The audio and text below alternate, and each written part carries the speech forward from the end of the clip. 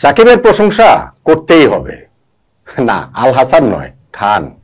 সাকিব আল হাসান নয়, সাকিব খান। ঢাকা ক্যাপিটালসের মালিক পক্ষের অন্যতম তিনি, এইভাবেই তো আমাদের সঙ্গে তার পরিচয় করিয়ে দেওয়া হয়েছে। সেই সাকিব খান, ঢাকার সিনেমার জনপ্রিয়তম নায়ক, তিনি আজকে স্টেডিয়ামে এসেছিলেন। ঢাকা ক্যাপিটালসের শেষ ম্যাচ, তাদের প্লে অফ খেলার কোনো চান্স আর নেই। সেই ম্যাচটাতে দলকে উৎসাহ দিতে হোক, মালিক পক্ষের একজন হিসেবে হোক, চুক্তির বাধ্যবাধকতা পূর্ণ করার ক্ষেত্রে হোক, যেভাবেই হোক না কেন তিনি মাঠে গিয়েছিলেন। ম্যাচ, তাদের এই শেষ ম্যাচ থেকেও প্রাইডের জন্য ঢাকা ক্যাপিটালস লড়াই করবে এবং একটা জমজমাট ম্যাচ হবে, সেটা তো আর প্রত্যাশা করছি না। প্রত্যাশাটা বাড়াবাড়ি, আগের অন্যান্য ভিডিওতেও বলেছি, এবং এক্স্যাক্টলি সেটাই হয়েছে। খুলনা টাইগার্সের কাছে এই ম্যাচটা ঢাকা ক্যাপিটালস মোটামুটি চেয়ে চেয়ে দেখে দেখেই হেরে গেল, এবং তাতে করে ঢাকার বিদায়টা হলো পয়েন্ট টেবিলের 7 দলের মধ্যে 6 নম্বরে থেকে 12টা ম্যাচে মাত্র 2-3টা জয়ে। খুলনা টাইগার্সের জন্য ম্যাচটা গুরুত্বপূর্ণ, ভীষণ রকম গুরুত্বপূর্ণ ছিল, কেননা এই ম্যাচ জিতলেই তারা প্লে অফে কোয়ালিফাই করাটা নিশ্চিত করে ফেলতো। মেহেদী হাসান মিরাজের দল, মেহেদী হাসান মিরাজ স্বয়ং সামনে থেকে নেতৃত্ব দিয়ে খুলনাকে ম্যাচটা জিতিয়েছেন, দলকে প্লে অফে নিয়ে গেছেন। দুর্বার রাজশাহীর ক্রিকেটীয় কামব্যাকের পূর্ণতা তাই হলো না। এই 12 ম্যাচ শেষে 12 পয়েন্ট হয়ে গেল খুলনা টাইগার্সের, দুর্বার রাজশাহীরও পয়েন্ট 12, কিন্তু নেট রান রেটে খুলনা টাইগার্স এগিয়ে থাকায় 4 নম্বর দল হিসেবে তারা প্লে অফে কোয়ালিফাই করাটা নিশ্চিত করলো। এই যে ম্যাচটা হলো, যেইখানটাতে ঢাকা ক্যাপিটালসের বিপক্ষে খুলনা টাইগার্স 6 উইকেটে জিতে নিজেদের প্লে অফটা নিশ্চিত করলো, সেইখানটাতে আপনি টার্নিং পয়েন্ট কোনটাকে বলবেন?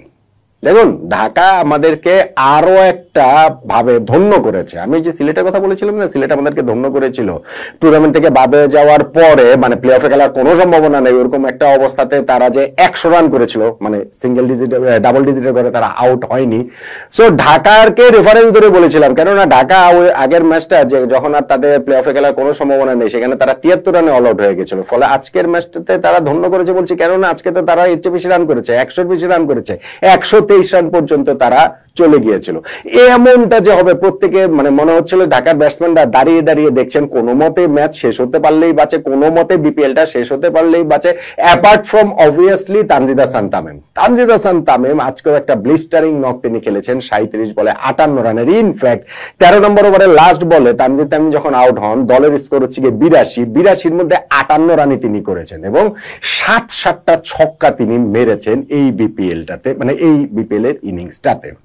সো দুর্দান্ত একটা বিপিএল তানজিদ তামিমের জন্য গিয়েছে, কিন্তু তার যে ওপেনিং পার্টটা, লিটন দাসের ক্ষেত্রে এই কথা বলা যাবে, মাঝখানের ওই যে 2-3টা ম্যাচ তিনি ভালো খেলেছিলেন, তাকে জাতীয় দলে ফেরাতে হবে, এটা নিয়ে একটা গণদাবির মতো তৈরি হয়েছিল, কিন্তু শেষটা লিটন দাস করলেন। লিটন দাসের মধ্যে লাস্ট ইনিংসটা তো তিনি আউট হয়ে গেলেন মাত্র 10 রান করে।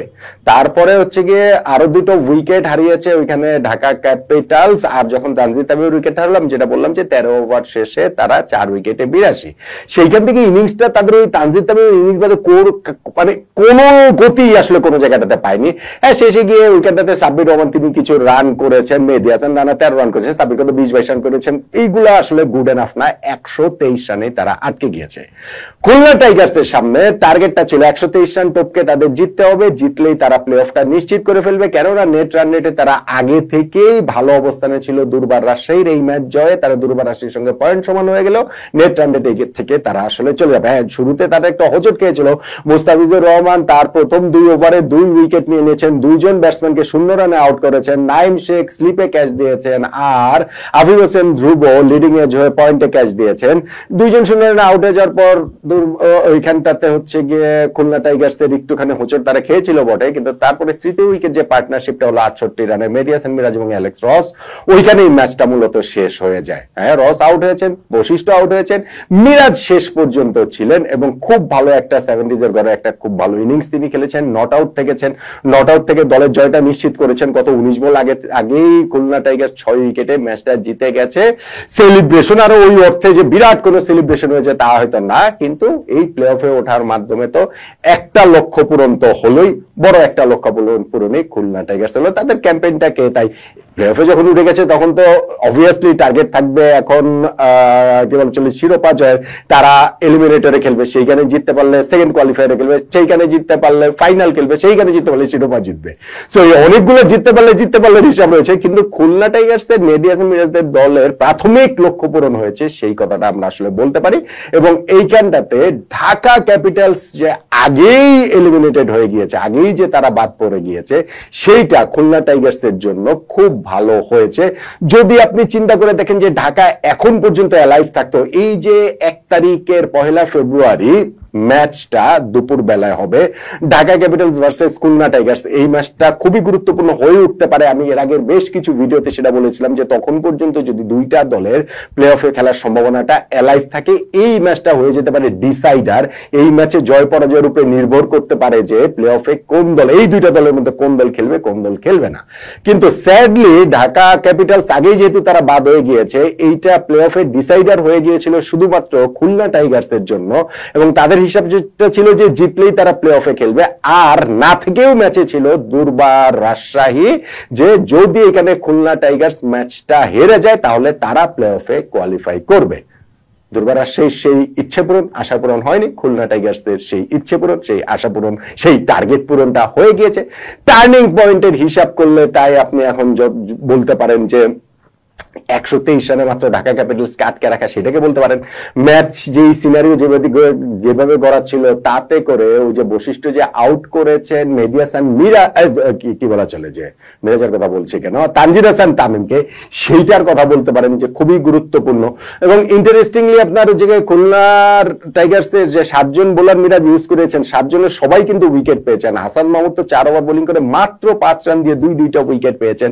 মিরাজের ক্যাপ্টেন্সিটাকেও এখানে টার্নিং পয়েন্ট বলতে পারেন। ইনফ্যাক্ট মিরাজের যে ইনিংসটা তারপরে খেলেছেন, সেইটাকেও টার্নিং পয়েন্ট বলা যেতে পারে। কিন্তু আমি আসলে টার্নিং পয়েন্ট বলবো ওই ঢাকার আগের ম্যাচে যেটা বলেছিলাম সেটাই, সিলেটের সর্বশেষ ম্যাচে যেটা বলেছিলাম সেইটাই, যে এই ম্যাচের আগেই ঢাকার যখন বিদায় নিশ্চিতই হয়ে গিয়েছে, ওইটাই আসলে টার্নিং পয়েন্ট। এরপরে গিয়ে আর খুলনাকে ঢাকার বিপক্ষে জেতার জন্য খুব যে ঘাম জড়াতে হবে তেমনটাও ভাবতে হয়নি, অমন প্রেডিকশনও ছিল না, আর অমন কিছু আসলে করতেও হয়নি। খুলনা টাইগার্স মোটামুটি সহজেই জিতে প্লে অফে পৌঁছে গেল। এবং তাতে করে আমার কাছে মনে হয় ঢাকা ক্যাপিটালস যে প্লে অফের সম্ভাবনা থেকে, রেস থেকে আগেই ছিটকে গিয়েছে, সেইখান থেকে সেটা দেন এগেন ক্রিকেটীয় কারণ কোড আনকোড, অক্রিকেটীয় কারণ কোড আনকোড, যেটাই হোক না কেন, তারা আগেই যে হাল ছেড়ে দিয়েছে, ওইটাই খুলনা টাইগার্সকে এই ম্যাচ জিতেছে, ওইটাই খুলনা টাইগার্সকে প্লে অফে তুলে দিয়েছে, ওইটাই আমার